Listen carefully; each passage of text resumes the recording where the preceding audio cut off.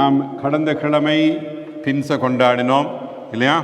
சபையின் பிறந்த நாளை நாம் கொண்டாடினோம். அங்கே நடந்த காரியங்களை நாம் பார்த்தோம். தொடர்ந்துமாக இன்றைக்கு அதே தொடர்ச்சியான பகுதியிலே நாம் அன்று நடந்த காரியங்களை ஆராய்கிறது நமக்கு நல்லம். அது ஆராய்ந்து இதன் ஊடாக சபை பெற்ற ஆசீர்வாதத்தை இன்றைக்கு தொடர்ந்து அதே ஆவியானவர் நமக்கு ஊற்ற அவர் வல்லமை உடையவராக இருக்கிறதை நாம் அறிய வேண்டும், அதை உணர வேண்டும், அதை தெரிந்திருக்க வேண்டும்.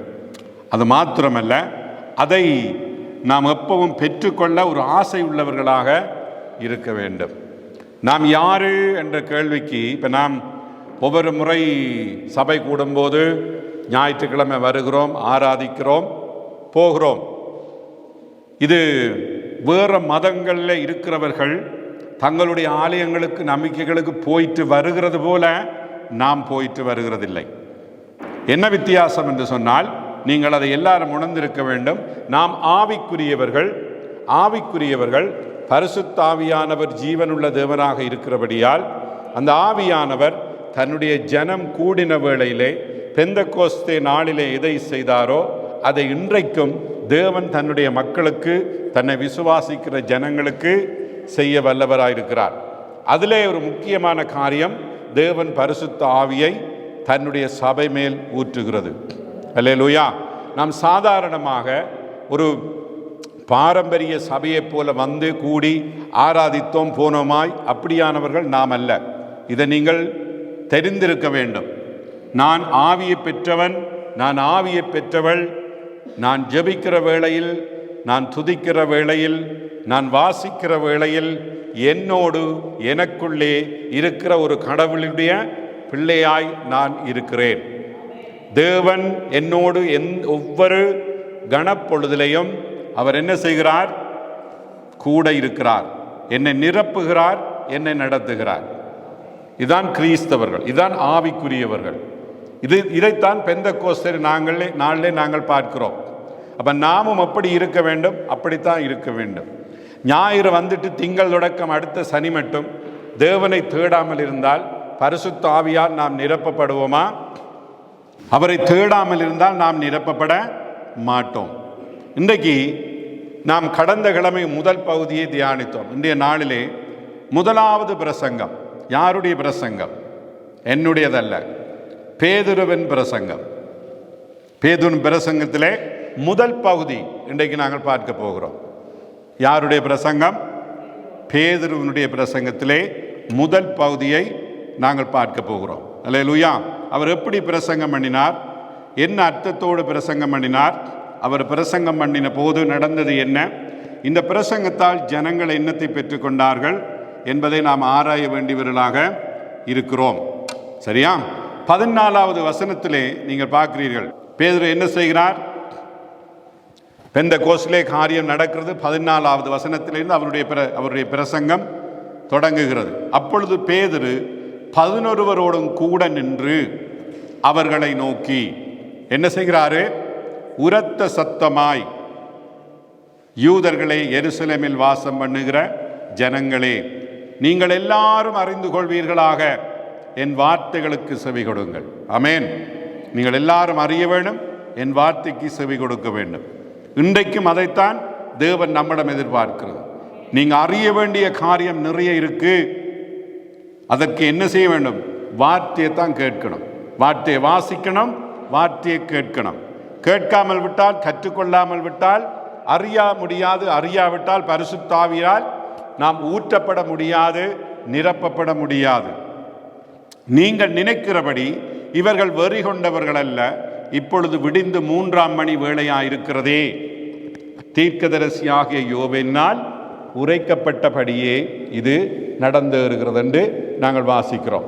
அப்ப தீர்க்கதரிசியான யோவேல் மூலம் சொல்லப்பட்டதைத்தான் இந்த 2:16 வாசிக்கிறோம். இதுல முக்கியமான கருத்து என்னன்னு சொன்னா, பாருங்க, தீர்க்கதரிசி உரைத்ததை பேதுரு பிரசங்கம் பண்ணுகிறார். எது உரைக்கப்பட்டதோ அதை வேத வசன அடிப்படையில் என்ன செய்கிறாரு? அவர் ஜனங்களுக்கு போதிக்கிறதை பார்க்கிறோம். எதை செய்யவில்லை? தன்னுடைய சொந்த கருத்தை பேதுரு பிரசங்கம் பண்ணவில்லை. அப்போ பிரசங்கங்கள் நாங்கள் கேட்கும்போது நாம் எப்பவும் கவனமாக இருக்கணும். இன்றைக்கு மீடியாவிலே நிறைய செய்திகள் இருக்கிறது. இந்த செய்திகள் எல்லாம் வசன அடிப்படையில் இருக்கிறதா என்பதை நீங்கள் ஆராய்ந்து அறிய வேண்டும். ஒரு செய்தி பார்த்தால் கேட்டால் ஆசீர்வாதம் என்று நினைக்காதீர்கள். இன்றைக்கு அப்படி நினைக்கிறது அநேக பேர். அந்த செய்தி வசன அடிப்படையில் இருக்கிறதா, கர்த்தரை பற்றி போதிக்கிறார்களா, என்னை நான் கேட்கிற செய்தி என்னை கர்த்தரிடத்தில் வழிநடத்துகிறதா இருக்கா என்பதை நீங்கள் ஆராய்ந்து அறிகிறதற்கு உங்களுக்கு பரிசுத்த ஆவியின் உதவி தேவை.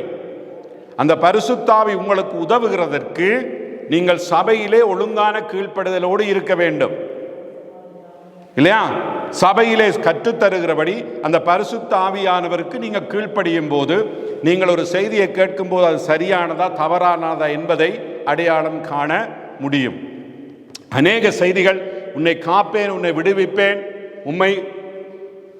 உன்னை பொருளாதார ரீதியில் ஆசீர்வதிப்பேன், இப்படியெல்லாம் இன்றைக்கு நிறைந்திருக்கிறது. அது இல்லை என்று நான் சொல்லவில்லை. ஆனால் இதுவே இப்படியான பிரசங்கங்களை கேட்பதற்கு உங்களுக்கு ஆவலாக ஆசையாக இருக்குமாக இருந்தால், உண்மையான பரிசுத்தாவி உங்களுக்குள்ள வழிநடத்தும் என்றால், என் மகளே மகனே இது உனக்குரிய செய்தி அல்ல என்று உங்களுக்கு உணர்த்துவார். புரியுங்களா? எப்பவும் ஆசீர்வாத செய்தி, எப்பவும் உலகத்துக்குரிய காரியங்களை மாத்திரம் போதிக்கிற செய்தி. இதுல பிரியம் கொண்டிருந்தால் அது தவறு என்பதை நீங்க புரிந்து கொள்ள வேண்டும். பேதுரு என்னத்தை தன்னுடைய பிரசங்கத்தின் முதல் பகுதியிலே தேவனுடைய வார்த்தையை விளக்குகிறார். தற்செயலான இரு சம்பவம் அல்ல. கேளுங்கள், இன்றைக்கு பரிசுத்தாவி செய்தது தற்செயலான ஒரு சம்பவம் அல்ல. யோவேல் தீர்க்கதரிசி சொன்னபடியே ஆண்டவர் தன் ஆவியை ஊற்றினார். இதை நீங்க புரிந்து கொள்ள வேண்டும் என்று பேசுகிறார். என்ன, இதைத்தான் சொல்லுகிறார். அப்படியாக இருந்தால் நாங்கள் பார்க்கிறோம், தற்செயலான சம்பவம் அல்ல, இது ஆண்டவருடைய திட்டம். யாருடைய திட்டம்? ஆண்டவருடைய திட்டம். அவருடைய திட்டப்படி சித்தப்படிதான் நடக்கிறது என்பதை நீங்கள் புரிந்து கொள்ள வேண்டும், இல்லையா? இப்ப சுற்றி இருந்த பலர் குழப்பத்தில் இருக்கிறார்கள். சிலர் அவர்கள் காண்பது குழப்பம் என்று நினைக்கிறார்கள்.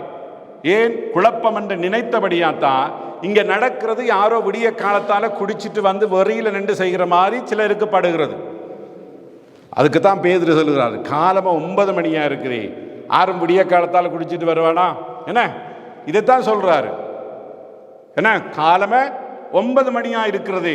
ஆனா பேதுரு சொல்லுகிறாரு, நீங்க நினைக்கிற மாதிரி அல்ல, இது தேவனாலே முன்பே வாக்குத்தத்தமாக கூறப்பட்ட ஒரு காரியம் இன்றைக்கு இங்கே நடந்தது. இப்ப இங்க நடக்கிறது, சபையிலே நடக்கிறது. அன்றைக்கு நடந்தது போல சபைகளிலே நடக்க வேண்டும், நடக்கிறது. அதற்கு பரிசுத்த ஆவிக்கு நாம் கீழ்ப்படிய வேண்டும். நாம் சும்மா வந்துட்டு தெய்வத்தை தொழுதுட்டு அப்படியே போய் நம்முடைய சிந்தப்படி நம்முடைய மனம் போன போக்கின்படி வாழ்கிற ஒரு மதம் அல்ல. நாம் ஆவிக்குரியவர்கள், இதை மறக்க கூடாது. நாம் ஆவிக்குரியவர்கள். ஒரு மதம் போல கிறிஸ்தவத்தை வாழ முடியவே முடியாது வார்த்தைக்கு கீழ்ப்படிந்தால். ஹல்லேலூயா. பரிசுத்த ஆவியால் நிரப்பப்பட வேண்டும். அன்றைக்கு செய்தது இன்றைக்கு சபையிலே கர்த்தர் செய்கிறார். அவர் தம்முடைய ஆவியை அனைத்து மனிதர்கள் மேல் ஊற்றுகிறார் என்று பார்க்கிறோம். எல்லார் மேலும் ஊற்றுகிறார். நமக்கு என்ன அர்த்தம்? இது தேவன் நம் அருகில் இருக்கிறார், கூப்பிடுகிற போது வருகிறார், தூரத்தில் இல்லை, எங்களுக்குள்ளே வசிக்கிறார், சபையாய் கூடும் போது இருக்கிறார். ஆக குறைந்தது 2-3 பேர் கூடினாலும் அந்த இடத்திலும் தேவன் இருக்கிறார். ஹல்லேலூயா. அப்ப தேவன் கிட்டமாக இருக்கிறார். எத்தனை பேர் இந்த விளக்கத்தோடு நான் விளந்தால் படியினும் போது, நான் வாசிக்கும் போது, நான் ஜெபிக்கும் போது என் தேவன் ஆவியானவர் என்னோடு இருக்கிறார்? எத்தனை பேருக்கு அந்த அனுபவம் இருக்கிறது? இந்த அனுபவம் நம்முடைய வாழ்க்கையில வேண்டும். இந்த அனுபவம் இல்லாமல் நாம் இன்னொரு அடி முன்னேற்றத்தின் அடியில எடுத்து வைக்க முடியாது. ஆவிக்குரிய முன்னேற்றம் நமக்கு இருக்கிறது. அந்த முன்னேற்றத்திற்கு ஒவ்வொரு அடியா எடுத்து வைக்கணும். ஆமென். இல்லையே சும்மா வந்துட்டு போகிற மாதிரி இருக்கும். இது தேவையில்லை. இதுக்காக தேவன் பரிசுத்த ஆவியை ஊற்றவில்லை. சாதாரண மனிதர்களிடம் ஆண்டவர் என்ன செய்கிறார்? பேசுகிறார். சொல்லுகிறார் பேதுரு, சாதாரணமான மனுஷர்களிடம் பேசுகிறார். ஹல்லேலூயா. இன்னொன்றத்தை விளங்கப்படுத்துறார். என்ன? கடவுளுக்கு ஒரு திட்டம் இருக்கிறது. அந்த திட்டத்தை நிறைவேற்ற சபையிலே ஆவியை ஊற்றுகிறார், சபை மக்களுக்கு ஊற்றுகிறார். இதைத்தான் பேதுரு சொல்லுகிறார். இன்றைக்கும் அதுதான். சபையிலே கடவுளுக்கென்று ஒரு திட்டம் இருக்கிறது. கடவுள் பூமியிலே தன் திட்டத்தை நிறைவேற்றுவதற்கு என்ன செய்கிறாராம்? சபையை பாவிக்கிறார். என்னத்தை பாவிக்கிறார்? சபையை பாவிக்கிறார். உயர்ந்த ஸ்தானத்திலே சபையை வைத்திருக்கிறார் என்று நாங்கள் பார்க்கிறோம். அப்ப பரிசுத்த ஆவியால் நிரப்பப்பட்ட பேதுரு என்னென்று வாசிக்கிறோம்? பேதுரு 11 கூட எழுந்து நின்று. வாசித்தோமா? என்ன? யார் 11 பேர்? மற்ற சீடர்களோடும் எழுந்து நின்று என்று நாங்கள் வாசிக்கிறோம். ஆமேன். பாருங்க, இன்றைக்கு அருமையானவர்களே, யார் சீடர்களாக இருக்கிறோம்? சபை மக்கள் சீடர்களாக இருக்கிறோம். அன்றைக்கு பேதுருவுக்கும் சீடர்களுக்கும் இருந்த அந்த ஒருமனப்பாடு, 11 கூட எழுந்து நின்று அவர் பிரசங்கித்தார். ஒருமனப்பாட்டை கொடுக்கிறது பரிசுத்த ஆவியானவர். ஒருமனப்பாட்டுக்கு நாம் நம்மை விட்டு கொடுக்கணும். நாம் ஒருமனப்படாமல் ஆவியானவர் சபையில் ஒரு காரியத்தை செய்ய மாட்டார். அந்த ஒருமனப்பாட்டுக்கு நீங்கள் ஒவ்வொருத்தரும் ஒரு தீர்மானம் எடுக்கணும். என்னால இந்த திருச்சபையின் ஒருமனப்பாடு பாழாய் போகக்கூடாது. என்னால ஒரு நாளும் இந்த திருச்சபையினுடைய அன்பு கெட்டு போகக்கூடாது. என்னால ஒரு பிரச்சனை வரக்கூடாது.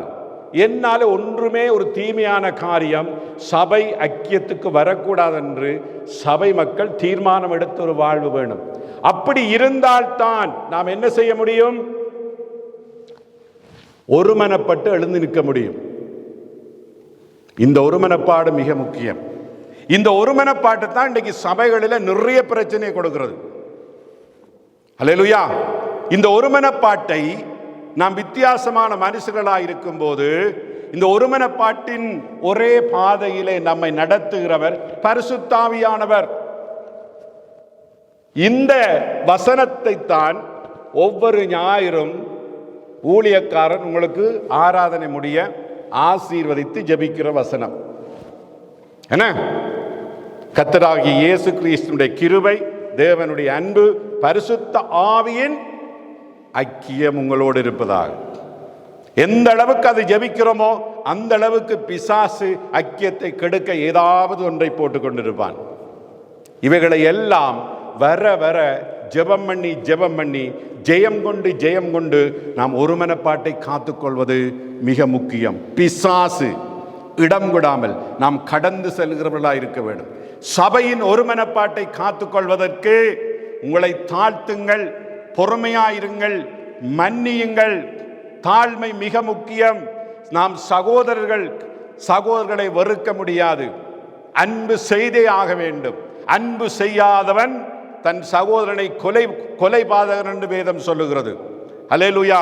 நாம் எவ்வளவு வித்தியாசமாக மனிதராக இருந்தாலும் எல்லாரும் பாவிகள், எல்லாரும் தவறு விடுகிறோம். ஆனால் பிசாசுக்கு இடம் விடாமல் நாம் கடந்து போக வேண்டும், எல்லாவற்றையும் ஜெயம் கொண்டு. அப்போ என்ன செய்கிறோம்? பரிசுத்த ஆவியின் ஒருமைப்பாட்டை காத்துக்கொள்வோம். ஆவியானவர் கிரியை செய்வார் நாம் ஒருமுகப்பட்டு இருக்கும் போது. அல்லேலூயா. அப்படி இருக்க நாம் நம்முடைய ஒத்துழைப்பை கொடுக்கும் போது தேவன் உங்களையும் உங்கள் குடும்பங்களையும் ஆசீர்வதிப்பார். உங்களுடைய ஜெபங்களுக்கு கர்த்தர் பதில் கொடுப்பார். அல்லேலூயா. ஆகவே பேதுரு 11 நின்று இருந்த அந்த ஒருமனப்பாடு எங்களுக்கு மிகவும் முக்கியம். அன்றைக்கு பேதுரு பாருங்க, இயேசுவை மறுதலித்தான். என்ன? எத்தனை தரம்? 3 தரம் மறுதலித்தான். நான் இல்லை பயத்தில். என்ன?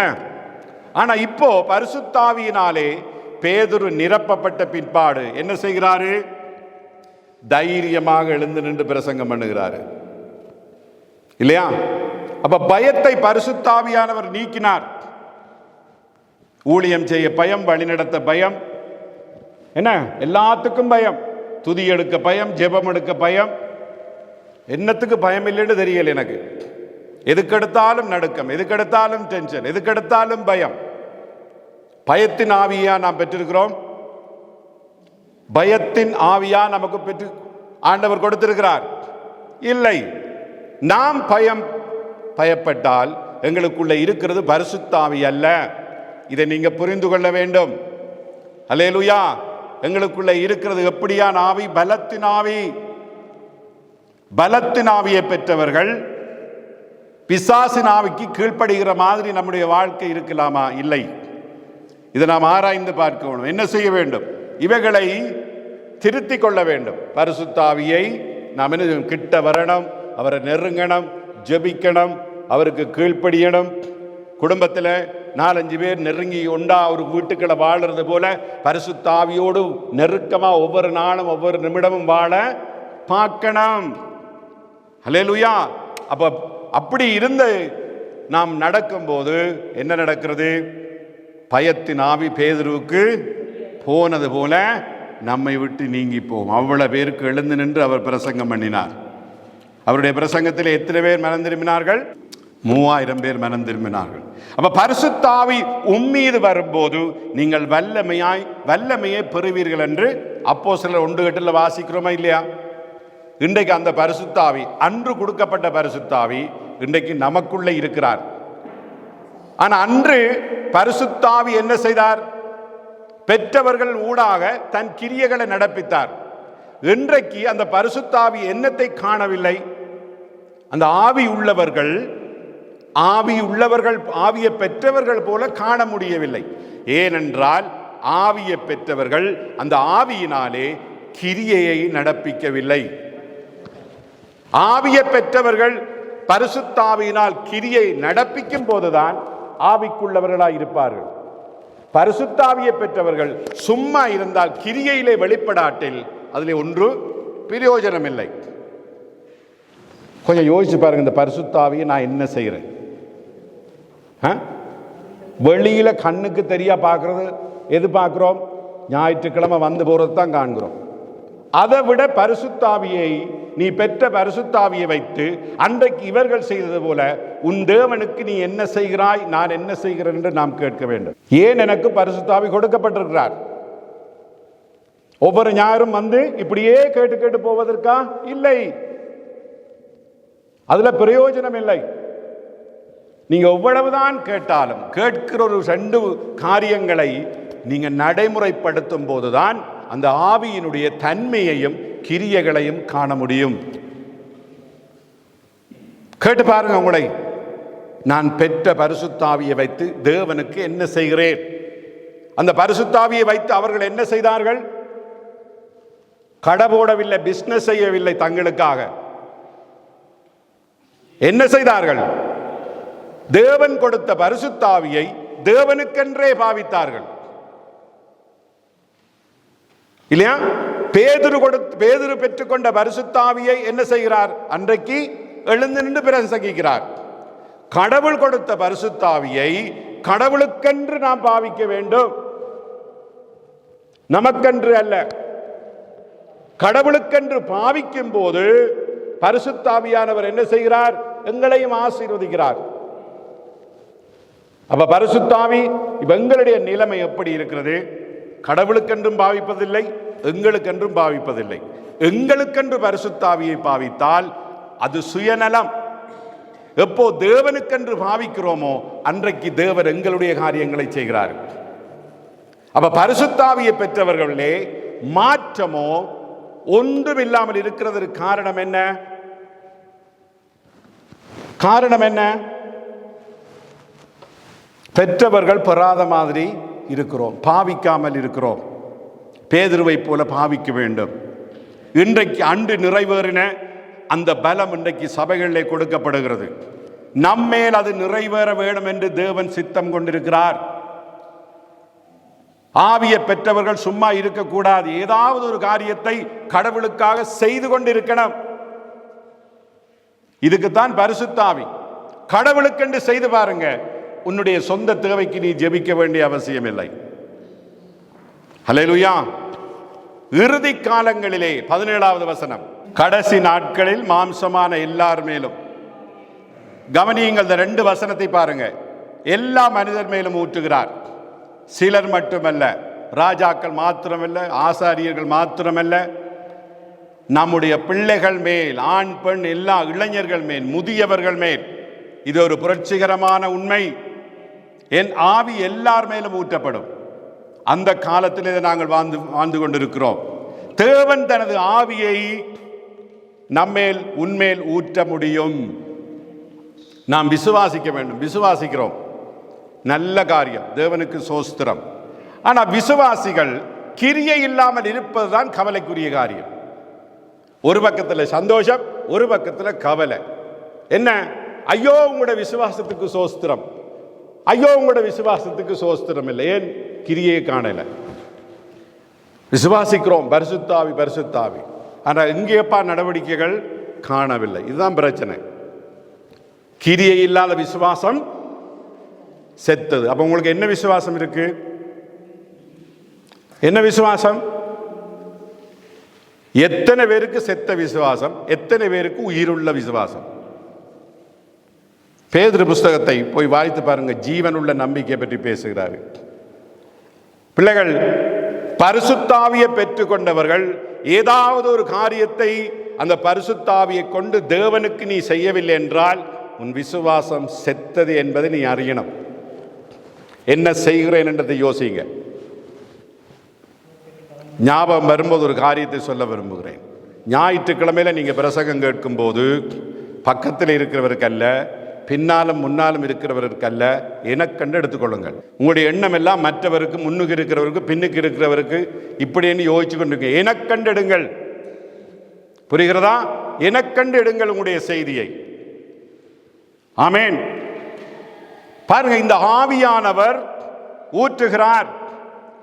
நாம் விசுவாசிக்கிறோம், ஞானஸ்தானம் எடுத்து விட்டோம், எல்லார் மேலும் ஊற்றுகிறாராம். இன அடிப்படை, வயது அடிப்படை ஒன்றுமே கிடையாது. ஊற்றப்படும் போது பலனடைகிறோமாம்.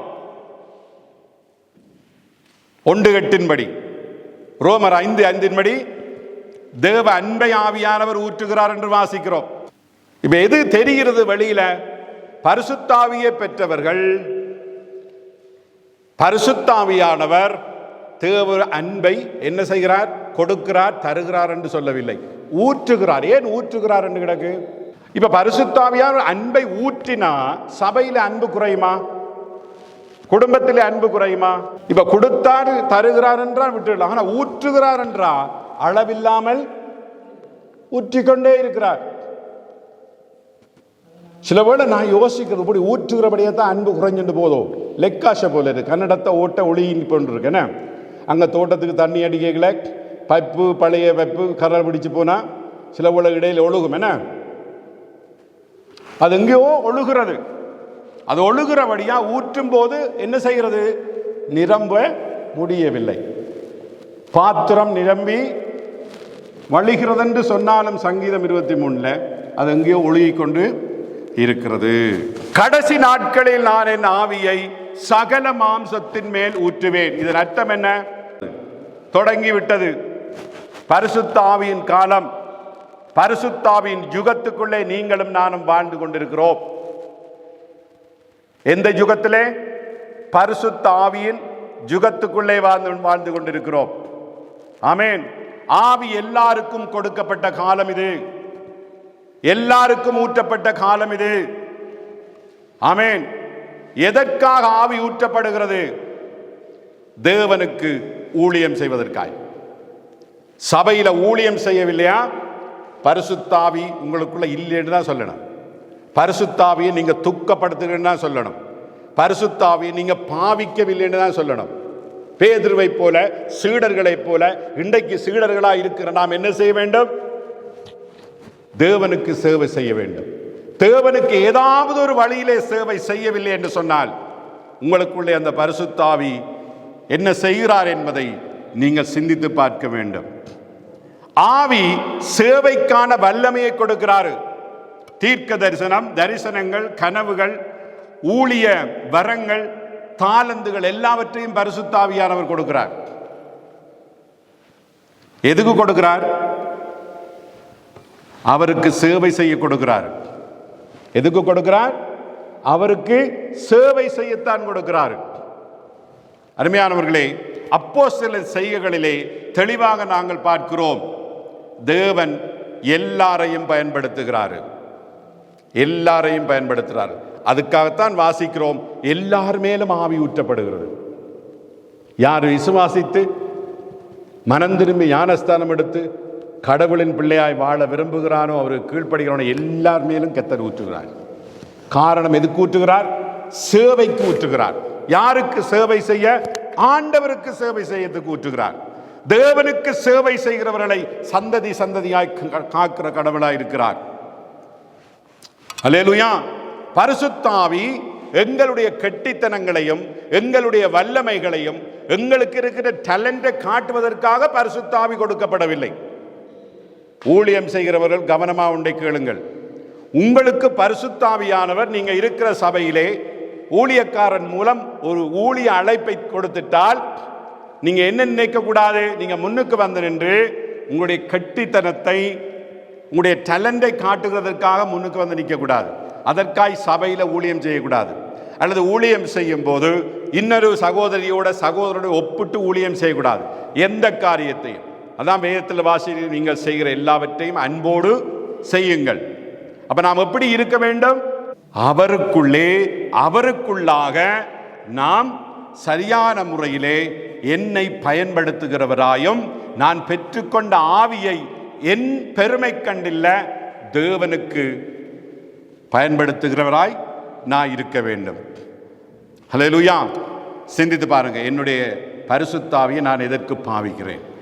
அது மாத்திரமல்ல, என் பரிசுத்தாவியை என்ன நோக்கத்தோடு நான் பாவிக்கிறேன்? ஹல்லேலூயா. பரிசுத்தாவி உடன்படிக்கையிலே ஒரு புதிய அனுபவம் பழைய ஏற்பாட்டிலே பார்க்கிறோம். பரிசுத்தாவி வருவார், போவார். சங்கீதம் 51 11வது வசனத்திலே உம்முடைய பரிசுத்தாவியை என்னிடமிருந்து எடுத்துக்கொள்ளாமையும். இந்த காலம் போயிட்டு புதிய ஏற்பாட்டு காலத்திலே நாங்கள் பார்க்கிறோம் இல்லையா, அவர் உங்களிடத்தில் தங்கி உங்களுக்குள் இருப்பார் என்று வாசிக்கிறோம். அவர் உங்களிடத்தில் தங்கி இருக்கிறார். தங்கி இருக்கிறவர் என்ன செய்கிறார்? ரோமர் 8:9 உங்களுக்குள்ள அவர் வாசமாயிருக்கிறார். பெர்ஃபியூம் வாசம் தான் வருகிறது. பரிசுத்தாவியின் வாசம் அடிக்க வேண்டும். என்ன? தேவனுடைய ஆவி உங்களில் வாசம் பண்ணுகிறாராம். ரோமர் 8:9 வாசிக்கிறோம். ஆவி வாசமாயிருந்தா என்ன நடக்குமாம்? என்ன நடக்கும் என்று வாசிக்கிறோம். அதிலே இப்ப தேவனுடைய ஆவி உங்களுள்ள வாசமாய் இருந்தால் நீங்கள் மாம்சத்துக்குட்பட்டவராயிராமல், பரிசுத்தாவி அப்படியே இருக்கும். அதை மறந்து வாழ்கிற ஒரு வாழ்க்கை, எல்லா மாம்ச எண்ணத்தை நிறைவேற்றுகிற ஒரு தன்மை உங்களுக்குள்ள என்ன செய்யாது? இருக்காது. நீங்கள் ஆவிக்குரியவர்களாக இருப்போம். இது என் வாழ்க்கையில் இருக்கிறதா? இது என் வாழ்க்கையிலே இருக்கிறதா? இதைத்தான் நாம் பார்க்க வேண்டும். இரண்டாவது, நம் ஆவி நமக்குள்ள இருந்தால்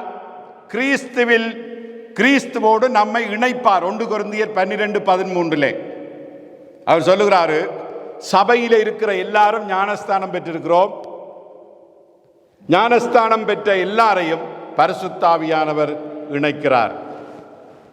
1 கொரிந்தியர் 12:13 நான் யூதர் என்றாலும் கிரேக்கர் என்றாலும் அடிமை என்றாலும் சுயாதீனம் எல்லாரும் ஒரே ஆவியினாலே ஒரே சரீரத்திற்குள்ளாக ஞானஸ்தானம் பண்ணப்பட்டு எல்லாரும் ஒரே ஆவிக்குள்ளாகவே தாகம் தீர்க்கப்பட்டோம்.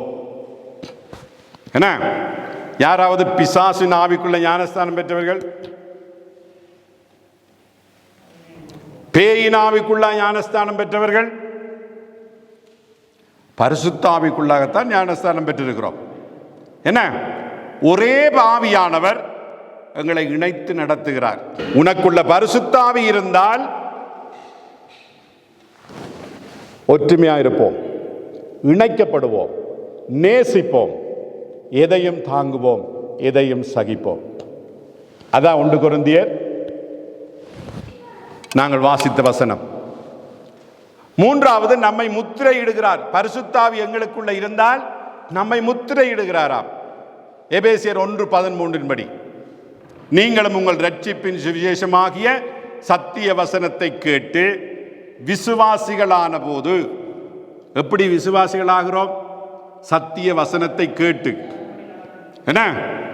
வாக்குத்தத்தம் பண்ணப்பட்ட பரிசுத்த ஆவியால் அவருக்குள் முத்திரை போடப்பட்டீர்கள். என்ன? ஆண்டவரங்களை என்னுடைய மகன், என்னுடைய மகள் என்று இப்ப முத்திரை போட்டிருக்கார் பரிசுத்த ஆவியால. அது வெளியில கிரியைகளினால தெரியணும். அடுத்ததாய் அவர் நம்மை நிரப்புகிறார். எபேசியர் 5:18 பரிசுத்த ஆவி உங்களுக்குள்ள இருந்தால் அவர் நம்மை நிரப்புவார். நான் ஆரம்பத்தில் சொன்னேன், நாம் மத அடிப்படையிலே இயேசுவை தொழுகிறவர்கள் அல்ல.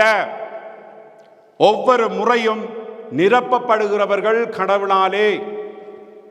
ஆமென். ஆவியானவர் நம்மை நிரப்புகிறார்.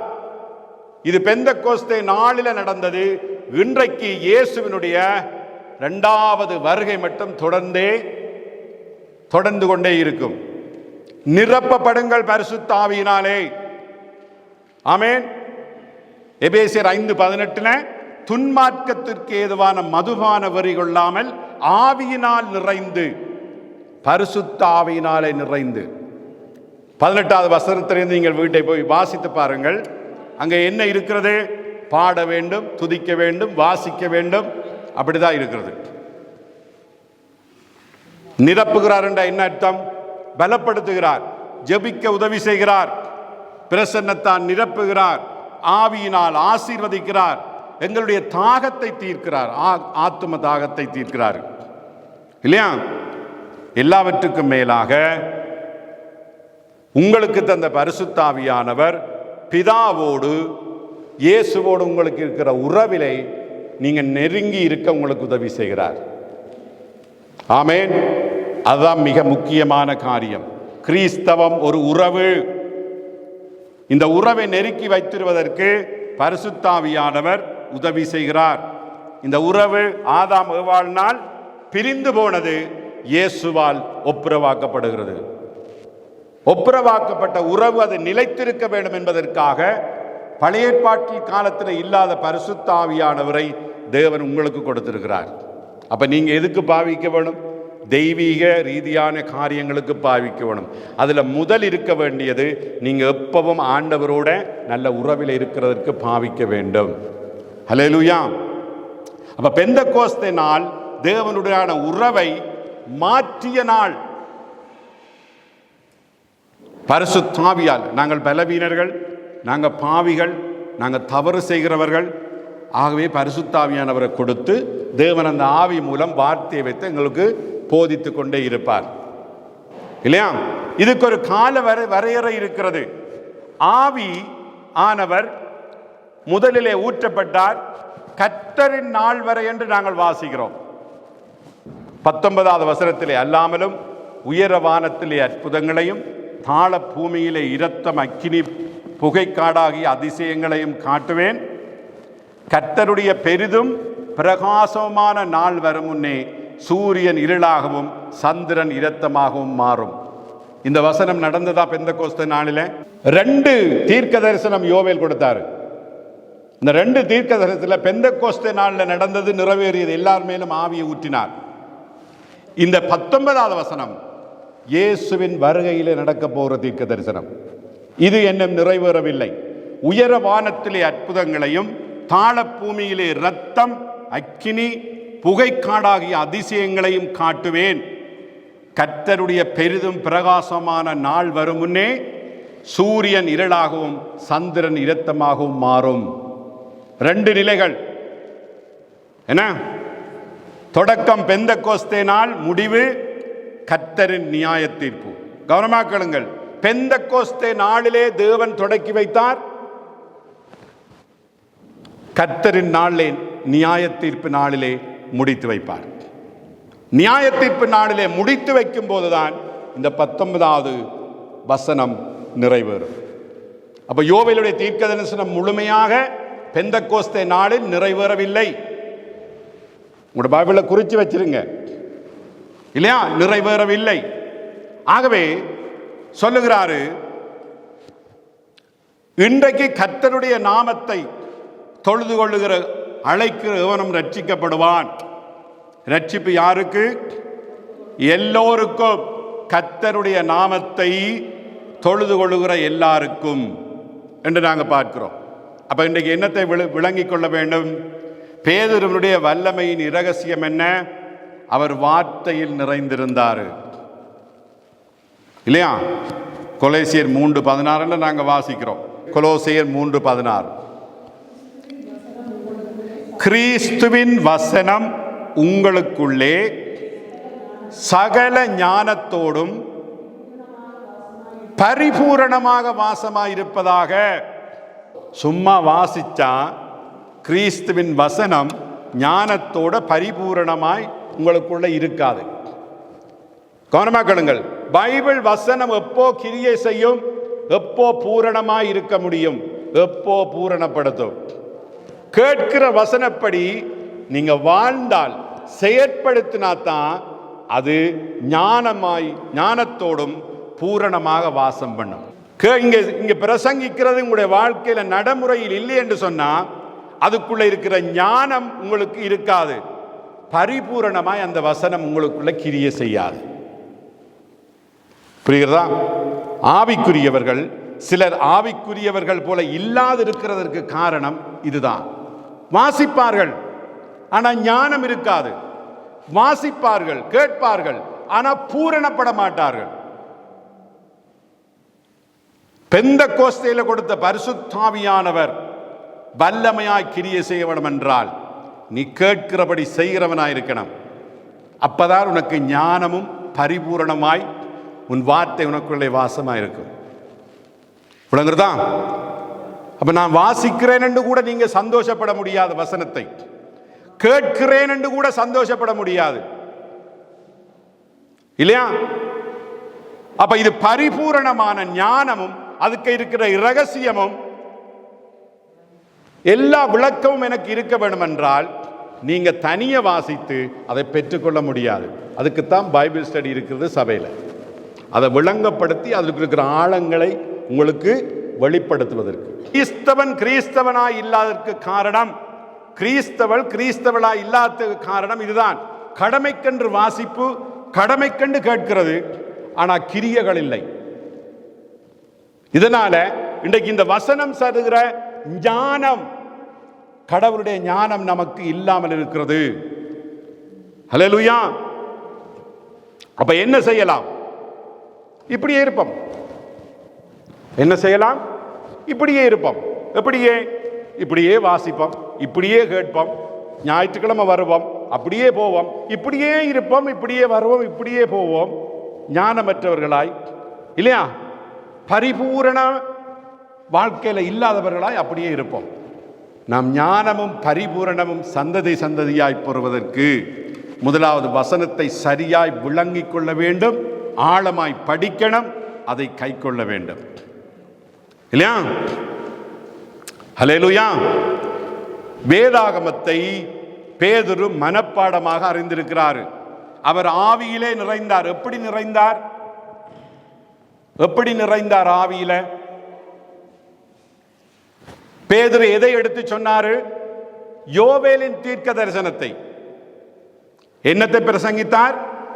யோவேலின் தீர்க்க தரிசனத்தை, தேவ வசனத்தை தான் அவர் என்ன செய்கிறாரு? பிரசங்கித்தார். தேவ வசனத்தை அறிந்து கொள்ள, தெரிந்து கொள்ள, அதன்படி வாழ என்ன செய்ய வேண்டும்?